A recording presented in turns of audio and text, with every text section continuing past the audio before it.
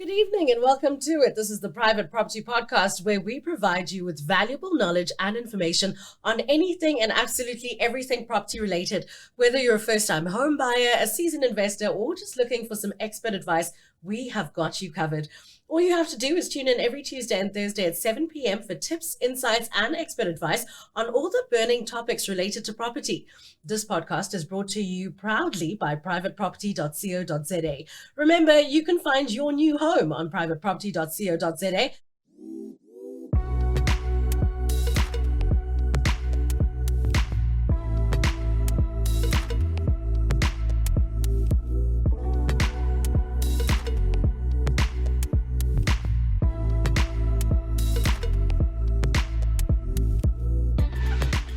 Welcome to the Private Property Podcast. On tonight's episode, we'll be exploring the prestige property investment sector. Today's show is definitely targeted at those of you who've not necessarily been affected by the rising cost of living or by the interest rate hikes, or maybe you've just gotten lucky and recently won the lotto or gained some kind of inheritance, or someone's given you money, or you've got money, you worked for it, and now you can buy a luxury or prestige property, but you don't know where to start looking. So what do? You come here to this podcast and you don't have to fret anymore, because we're going to have all of the experts here to answer all of your questions. One expert in particular is Nomsa Nhlabathi, who's joining me in studio. She's the CEO of the Prestige Property Group. They specialize in opulent homes. Nomsa, welcome to the show. How are you? Thank you so much for having me. I'm happy to be here. I'm doing well. How are you? I'm good. Listen, tell me everything. I have money. Okay. I have all of the money. First of all, let's talk about prestige. Yes. How do we define this? Is it something to do with taste? Is there like a certain number that you have to hit when it comes to now buying property? And then we're in the prestige property, luxury property market. I recently had a conversation with a friend and she was like, there are actually like certain markers you have to have in a house before it can be called a mansion. Like, what are we talking about when we say prestige? So I don't think that there are actual markers that are formalized in the property market. I think as people, we make up our own, this is what I deem prestige. But obviously there is, certain price points that other people can't exactly reach, certain neighborhoods, and, that is what becomes prestige. So I think, when I think prestige and prestigious homes, because I am so immersed in the environment, I realize now that what it actually means is that people planned to be there and do whatever it takes to sustain it. And, we can plan for a lot of things, but there's a certain level of planning, or there's, if you plan to be, not so, they're just different things that we plan for, and there's certain things that other people plan for, and we reach our plans. So in those neighborhoods, in those suburbs, people plan to stay there, and it's a tightly knit community, and, there's a certain price point that you reach to get there. So 6 mil, plus minus. I was going to say, because it seems like you're dodging the question and you're not giving me I was telling me about planning. You can plan all you like. I can plan to live in Khayelitsha my whole life. It doesn't mean that now my property in Khayelitsha, which it could be, by the way, is a prestigious property. Yeah, but it does also, because there are people in maybe Soweto or yes, and they love living there, and yes, they decide to Diepkloof dudes. Those guys aren't going to live there. Yeah, they decide to live there for, and they make, like how you've made your money now, and they say, you know what, 6 mil. I don't have any money. I don't know what she's talking about, but your clients. At the beginning of this chat, you said. However, there's certain neighborhoods then that people deem as prestige, and sometimes it takes a lot more than money to gain the access, but money is a good start. How much money? So from 6 mil, I would say, is comfortable. It's in the higher LSM. Okay, so let's talk about this 6 million now. Yeah. Are people paying the 6 million? It's 2023. We've had COVID. Yeah. Interest rate hikes. Yeah. Cost of living. ESCOM, let's not even talk about it. Yeah. There's so many contributing factors towards like people's economic status and situation right now in this country. Yeah. Are we seeing South Africans hitting that 6 mil and above and buying these properties? We're seeing a lot more South Africans hitting that 6 mil mark. So there is a much higher LSM, to be honest, higher than 6 mil. And that's where more Europeans, Germans, etc. are chilling, Chinese, but South Africans easy hitting the 6 mil mark. South Africans actually have money. And it's crazy. We look at what's happening in the country right now and we think, what on earth are we going through? But there are neighborhoods that are okay. I remember I was having a conversation with one of my clients and they were complaining that when there's load shedding, there's this one house that does not have a generator or an inverter, and they need to just go talk to them because, you know, they're ruining the reputation of the street. Because everyone else during load shedding has their lights on. Yeah, so you poor people in your 6 million rand house who can't afford a generator. So you see, it really is. It really Shame does on you, actually. You're bringing down the value of everyone else's 8 million rand houses. My goodness. That's basically what you're saying. Yes, that's what they were saying. So that's what I mean by a certain preparation and planning and how people sustain and decide that they're going to be in that price bracket. So you're saying while the rest of us are still trying to, you know, recover from the shock of, you know, the economy and where it's at, there are other people who are just like, I have so many monies, let me buy so many nice properties with my very many monies. This is what's been happening. There's been an interest. That's very and true. And a growing interest. There's been, I hate that I'm even saying this, but I made a lot more money during COVID than I've ever made, ever. So, so people are comfortable and they can afford to do certain things. Particularly people in business, you know, board of directors, but mainly people in business. And we underestimate the SMME and just business in general and what can happen in South Africa. Yeah. But a lot of businesses in South Africa are actually thriving. South Africa still remains as one of the best places to do business in the world. Regardless. So people are making their money. We obviously need to just we obviously just need to adjust with the whole load shedding thing. Unfortunately, we do have to make plans outside of the government or whatever's happening outside of ESCOM to make sure that our businesses are still running, but people are comfortable. What's the most expensive house you sold? Ooh, it's giving, what's your net worth? Yeah. But that's not, don't worry, it's not about you. The most expensive house the firm has sold. Yeah. It's actually still in progress. It's 100 mil. So it's a property in the Drakensberg. And I listed it for 98 million. And it's in progress for not too far from the number.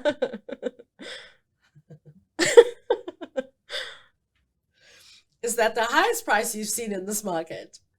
No, it's not. What is the highest price you've seen in this market? The highest price right now, it's not in the country, but it is listed under Prestige Property Group. And it is a resort. It's a resort in Zambia. And it is going for around 380 mil.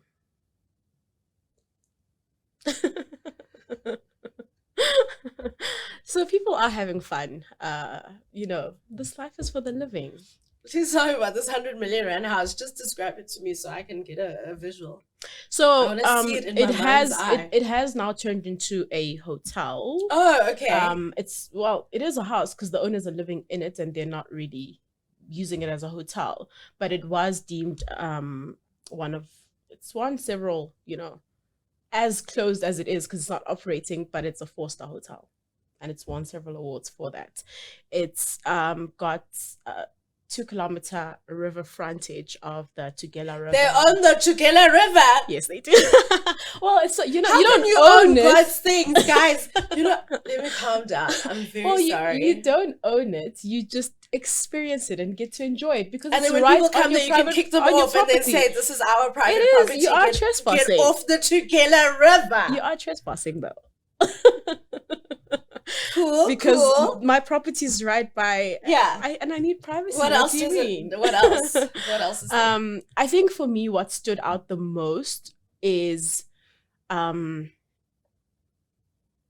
think I love superb service, and what that property showed me is that you can actually have people living in your home and actually helping you. You don't have to, get from work and come and cook. You have a live-in chef and live-in several helpers, and and that's what I love most about the property. I just want to wake up, look at the river right by my doorstep, and hit a few golf shots, and have people bring me breakfast and ask me what tea I'd like this morning.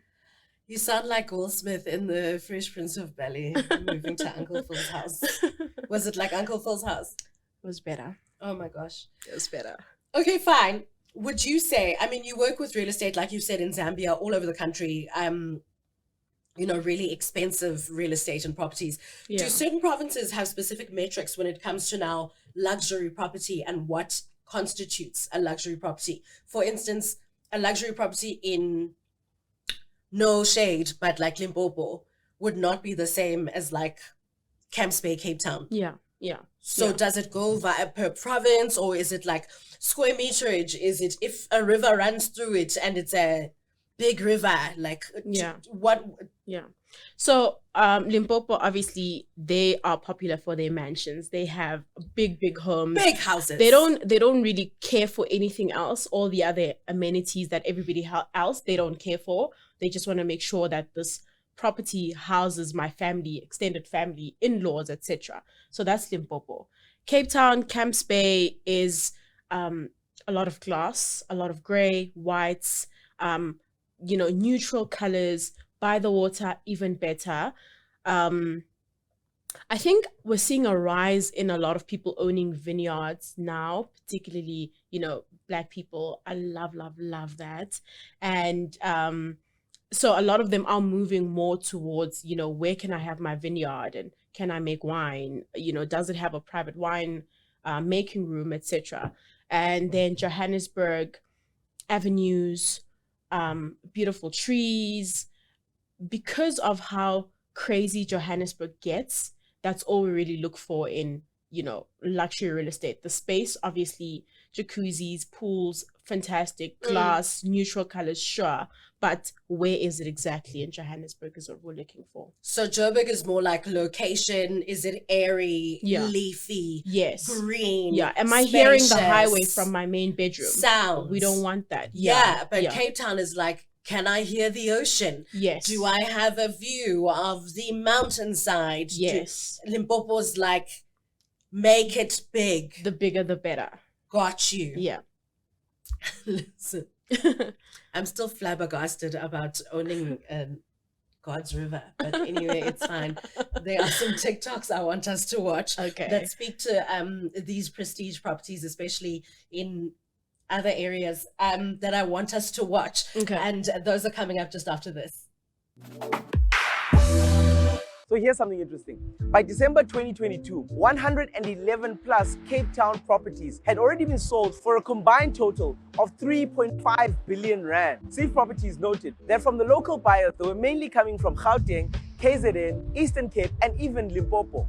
International economic challenges in the EU, the US, and in the Western world mean that South African properties are now becoming more attractive to international buyers. Cape Town is actually seen very much as a value-costed property market. Whether I was in Camps Bay, Woodstock, Llandudno, there were just always foreign accents around me. But all this international investment does mean that prices do go up. And even the upper-class Porsche-driving, Gucci-wearing South Africans are being priced out of the market. The average price for a home in Clifton is 30 million rand. In Bantry Bay, it's 24 million rand. In Fresnay, it's 19 million rand. And in Camps Bay, it's 15 million rand. The bulk of these super luxury property sales are on the Atlantic Seaboard, the City Bowl, and the southern suburbs of Constantia and Bishop's Court. Okay, so I can see now the houses are expensive. People are buying. Yeah. This idea of South Africans being priced out of the market Yeah. is a very interesting one to me, because obviously, like you're saying, there are a lot of South Africans who do have the money to buy these luxury and prestige homes. Yeah.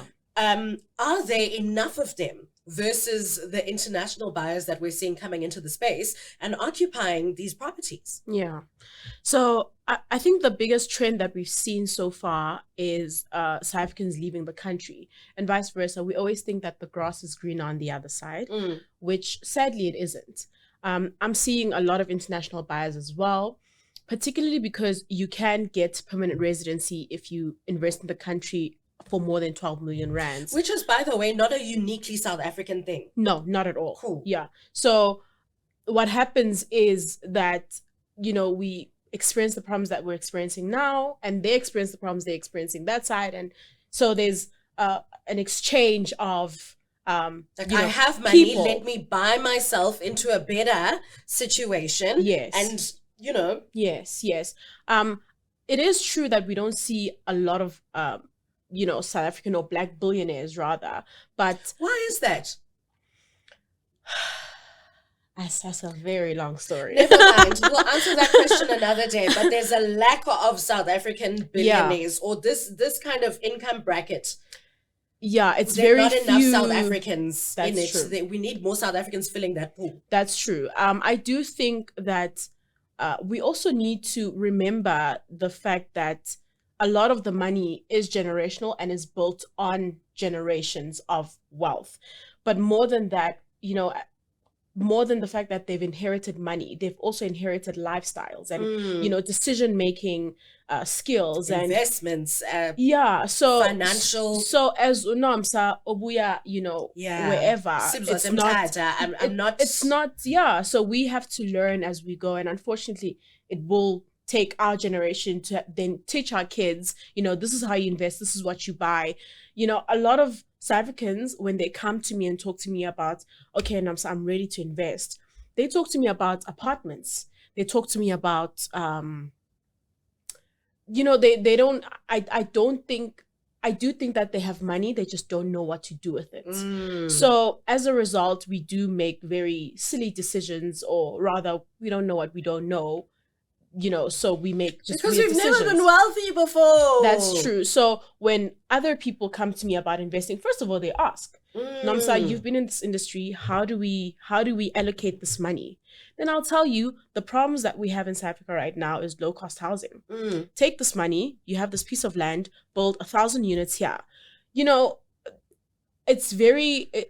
I know for a fact that there are many South Africans who have the financial capacity to do things like that, but they wouldn't think to serve a need of people who are going to pay them 4,000 rands a month. They're thinking, let me buy a penthouse in I want to Melrose. be on top billing. Yeah, exactly. So that time the show we is need cancelled. to exactly yes.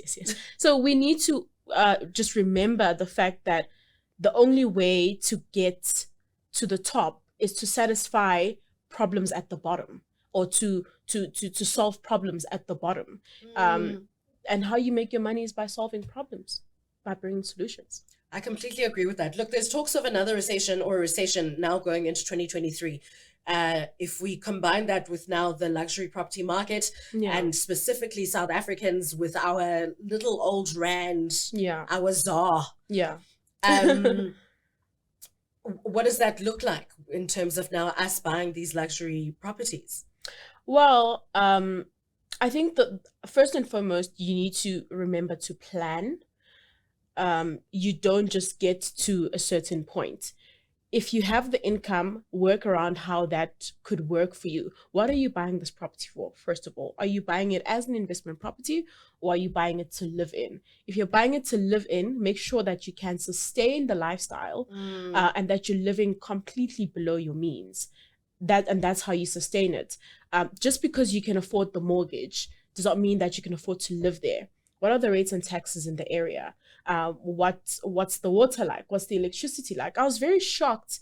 A couple of years ago, I think it was Monahan Farm, when I started selling Monahan Farm, and I was like, rates and taxes are 12,000 rands. and I haven't even built anything. And that was my first taste of luxury real estate, so to speak. And understanding that just because my client can afford to build here does not mean that they can afford to sustain the life. If the horses there need to be fed, you need to have money to feed the horses. Yeah. Yeah. Got you. Yeah. So budget, plan. Plan, and make sure that you're living below your means. If you are, however, using this as an investment property, I think first and foremost, understand the market that you're trying to satisfy and what they're looking for. Real estate, luxury real estate can be an investment as well. You can get into luxury real estate as, something to do. And it's important to understand the needs of the people who you're satisfying. It can't just be a house somewhere. How's the security? Do you have, if you're renting it out, do you have staff on the premises? Is it convenient for that person to live there? And understand that you need to adjust and add certain value adds to make it attractive to that type of buyer or renter. I'm curious as to how many times you've seen people go, okay, here's my money, take it, give me a nice house. And then somewhere down the line, it's like, this is completely beyond my means. I cannot manage this. Yeah. I don't know what I was doing. Yeah. How often does that kind of scenario play out? So on my end, I've never seen it happen, because I'll tell you, just from looking at your bank statements, I can tell that these are the habits that you have. And I'll say to you, you'll say to me, the home that I'm looking for is actually 12 million. And this is what this looks like. And then I'll say to you, give me bank statements from as far as 3 years ago, and let's see what's happening here. Nomsa, but here's my millions of money. I hear you, but can you sustain it? And can you make more? I want it. I can't make more. That's the problem. You can't take your 12 million that you've won and then throw it into a property. Allocate it, diversify your portfolio, and allocate it differently to make sure that you stay at the 12 mil. You sound like a hater. In actual fact, I'm a lover. I love you. I am trying to help you. We can't do that with your 12 mil. You sound jealous and you sound like a hater. So here's the thing. I think that it's really, really important because I will make my money anyway. Yeah. I will, whether you buy a property in the shabbiest place or you buy it in Sandton, my percentage stays the same. So I will make money out of you. But it's also important that I take care of your needs. And sometimes it's important to show you what you don't see right now and say, look, Sibs, I really, really want this life for you, and I want you to be neighbors with this person. However, I'm thinking, let's buy you a 4 million rand property and then allocate this money this way. You'll thank me later. 5 years. I want you to put me next to the president's house so I never have load shedding. So what in your now 2023, it's January. We're going into the year. Got my millions. I want to invest. What are the best places? Give me Cape Town, Durban, and Johannesburg. Yeah. What are the best places to invest for rentals? I'm buying with my millions of monies, Nomsa. I'm saying I want to buy. Tell me where in Cape Town, where in Joburg, where in Durban am I buying? Okay. So in Joburg, you are buying with my millions of monies. I hear you. Yeah. we need to allocate these millions properly. So if you are wanting to live somewhere in Joburg, you're buying Hyde Park, you're buying Bryanston, you're buying Sandhurst, you're buying Blair Athol. Absolute favorites. I am also really looking at Dainfern Golf Estate. It's far, but it's also really coming up again, particularly with the fact that you have the course on the estate and the homes are a little bit old. So there's a lot of room to negotiate and still do whatever you want with the property. And older homes are usually bigger homes. Exactly. So on the estate, you do have, 1,200 squares of land and maybe even, 400 under roof. And it's stunning. Okay. Cape Town. Sure. Cape Town, holiday homes in Scarborough, holiday homes in Mossel Bay. Yes. To live, the points, not too far from the V&A to live, absolutely. Durban, I'm not really quite sure. I'm not a big fan of Durban. but you can text me and I'll let She'll you find know. out. Yeah. She knows about the Drakensberg, not necessarily Durban Central, because she only messes with people who buy rivers from God. Listen, so if I have cash right now to give you, where are you going to invest for me? How much do you have, and what are we doing with your property? I want a luxury property. I've got cash. Nomsa, I'm going to take it out. I'm going to EFT you. Where are you going to buy? I'm going to buy a couple of houses away from me. There's a property that's 30 mil. It's how much is your own personal property, Nomsa? I meant the streets, a couple of streets away. Next door to her. Nomsa, how much is your property? A couple of streets away. There's a property. It's 30 mil. Stunning home. What's the area? White. It's in Bryanston. Bryanston. Yeah. Bryanston. There you go. Take your monies. Go move to Bryanston. Nomsa says it'll be great. Yeah. Don't you guys have water shortages there? Water outages? We had a water outage yesterday, but it was because of a burst pipe on Sloan. So the house is what? It's 30 million. It's 30 more. But I don't have water. But you do have a borehole. So you do have an alternative source regardless of the fact that they're, burst pipes. You have water and you have electricity because you have a built-in diesel generator. Got you. Yeah. Thank you for all of your insights. Thank you for being here. Thank you for joining me. I look forward to speaking to you in about 6 months' time. I think we should talk again and see how this thing has played out. That is all I have for you for tonight's episode of the Private Property Podcast. My name is Sibs Matiela, and I will see you again later in the week. Good night.